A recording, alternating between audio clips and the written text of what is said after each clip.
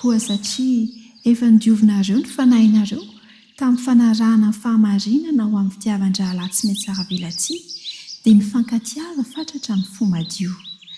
Fa efa teraka indray ianareo, tsy tamin'ny voa mety ho loha fa tamin'ny tsy mety ho loha, dia ny tenin'Andriamanitra izay velona sady maharitra. Fa ny nofo rehetra dia tahaka ny ahitra, ary izay mety ho voninahiny dia tahaka ny vonin'ny ahitra. Malazo ny ahitra ka mihintsana ny voniny, fa ny tenin'ny Tompo no maharitra mandrakizay. Izany no tenin'ny filazantsara izay nitoriana taminareo. Petera 1:2 ka hatramin'ny 5:20.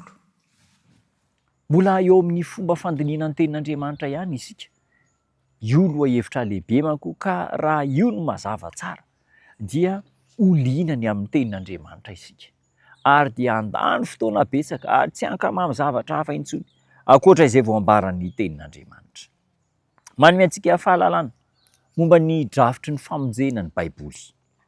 Ary manoro antsika ny fomba ahazoana fiainana mandrakizay. Izany inge ny tena tombontsoa lehibe indrindra eo amin'ny famakiana ny Baiboly. Noho izany tsy tokony atao tsirambina. Indraindray dia atao ambanimbany-javatra ity fiainana mandrakizay ity. Miaina ny fahazarana izay niainany teo aloha, izay fomba nataony teo aloha ny iainana, kanefa isika dia mila mandinika ho an'ny tenantsika manokana izay ambaran'ny Baiboly. Izao no ambaran'ny tenin'Andriamanitra amin'ny Jaona 10:20 manao hoe: izaho manome azy fiainana mandrakizay ka tsy ho very izy mandrakizay ary tsisy handrombaka azy eo amin'ny tanako.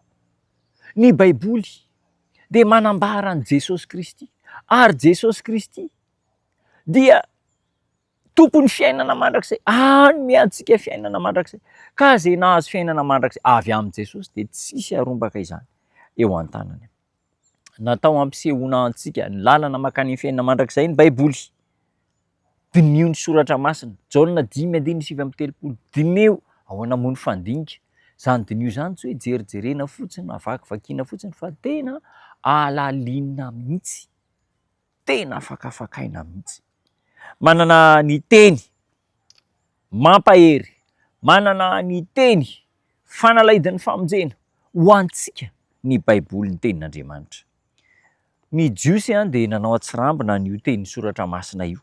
Na dia nanana soratra masina teo am-pelantanany aza ny jiosy, na dia nahita ny Jesosy mivantana aza ny jiosy, dia tsy nahafantatra any Jesosy tao amin'ny soratra masina izy ireo.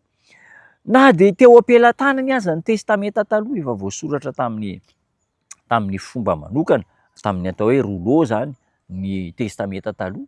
Efa azon'izy ireo vakiana, ekena fa mbola tsy dia hoe tena mielipatrana be dia be, fa efa azony vakiana tao amin'ny sinagoga sy tao amin'ny tempoly isaky ny vavaka. Fa dia nijeren'izy ireo fotsiny, ka ny nampianaran'ny mpanokadalàna sy ny fariseo, ireo zany tena nitompona fantatra fa ny zavatra natao tany am-piangonana dia hoe misy Andriamanitra. Fa izay nampianaran'ny fariseo sy ny mpanokadalàna, ireo ny tena no heverina fa ho zava-dehibe. Jesosy Kristy niaraka tamin'izy ireo, niaraka tamin'ny jiosy, fa tsy lahoany. Ary mitovy tsisy valaka amin'izany koa ny amin'izao fotoana ankehitriny izao. Dia raina ny Tompo fa efa vita amin'ny fitenin'ny pirenena maro ny Baiboly. Manana an'izany ny Malagasy, manana an'izany ny Frantsay, ny firenena rehetra dia efa manana. Kanefa raha misy vanim-potoana mahabe indrindra ny fandikana diso ny tenin'Andriamanitra dia amin'izao fotoana iainantsika izao. Misy mamaky ny tenin'Andriamanitra fa mifototra amin'ny fiheveran'ny tenany manokana ihany. Mitovy tsisy valaka tamin'ny andron'ny fariseo sy mpanokadalàna. Ny toriteny Kristy teo tendrombohitra dia tena manohitra tanteraka ny fampianaran'ny fariseo sy ny mpanokadalàna, satria mpitsara masiaka izy ireo, mpitsara tsy manana fiantrany, tsy mamindra fo. Re namana, nomena antsika ny Baiboly. Vakio, ianaro, mitadiava mpampianatra raha ohatra ka hitantsika fa somary manahirana ho antsika ny mandinika azy.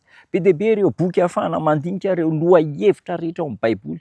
Inona moa ny tenin'Andriamanitra? Manahoana ny lalàn'Andriamanitra? Lohahevitra izany teneniko izany tokony ho diniantsika. Inona ny tena fibebahana marina? Inona ny fiovam-po marina? Ahoana ny amin'ity hoe lanitra vaovao sy tany vaovao? Manahoana ny amin'ny maty rehefa maty ny olona anankiray miakatra any an-tany? Ao anatin'ny Baiboly manazava amin'ny tsipiriana mba tsy hahatonga antsika ho diso lalana. Ambaran'ny tenin'Andriamanitra fa mahadiso hevitra anareo ny tsy fahalalana ny soratra masina, ka mba hahatonga antsika tsy ho diso hevitra, alaliana, fakafakao. Inona no ambaran'ny tenin'Andriamanitra? fa ny tenin'Andriamanitra marina. Jaona 7:17 manamasina azy amin'ny fahamarinana, ny teninao ny fahamarinana. Amin'ny alalan'ny tenin'Andriamanitra no ahitantsika ny tena marina. Ka rehefa tsy ao amin'ny tenin'Andriamanitra, aza raisina. Fa raha ao amin'ny tenin'Andriamanitra dia raisy fa hitondra famonjena ho antsika. Fomba fiasan'ny Satana no mampiasa ny foto-kevitra ara-pivavahana mba hahitariana antsika any amin'ny lalan-diso. Ary matetika zany ny ampiasain'ny Satana amin'ny resaka fivavahana ihany, ny amin'ny tany antsika. Dia ataony mivavaka, tena mivavaka be, fa tsy mifototra amin'ilay tena fahamarinana ao amin'ny tenin'Andriamanitra. Dia hoy ny tenin'Andriamanitra hoe misy olona zany hoe efa naminany tamin'ny anaranao zay, efa nanasitrana, efa nanao fahagagana tamin'ny anaranao zay. Kanefa hoy ny Tompo hoe tsy fantatra akory ianareo hatr'izay nanorenana an'izao tontolo izao. Mba tsy hahatonga antsika ho diso lalana eo amin'ny fivavahana dia andeha handinika ny tenin'Andriamanitra isika. Baiboly manondro ny lalana mankeo amin'i Jesosy Kristy. Ndao hiara hivavaka ary isika. Misaotra anao izay Tompo tsara noho ny hafatra mavesa-danja omenao anay. Ampelantananay ny Baiboly izay manambara anao Jesosy eo. Omeo hery, ameo fahendrena mba handinika ny Baiboly araka ny tokony ho izy satria hitarika anay ho any amin'ny famonjena izany. Namana rehetra izay mandray fanapahan-kevitra handinika ny teninao dia omeo ny fanahy masina hanazava ny sainay ka hitondra fahasambarana anaty ho anay. Hitondra fahasambarana mandritra ny mandrakizay ho anay. Fandiniana ny teninao amin'ny anaranao Jesosy Tompo. Amen.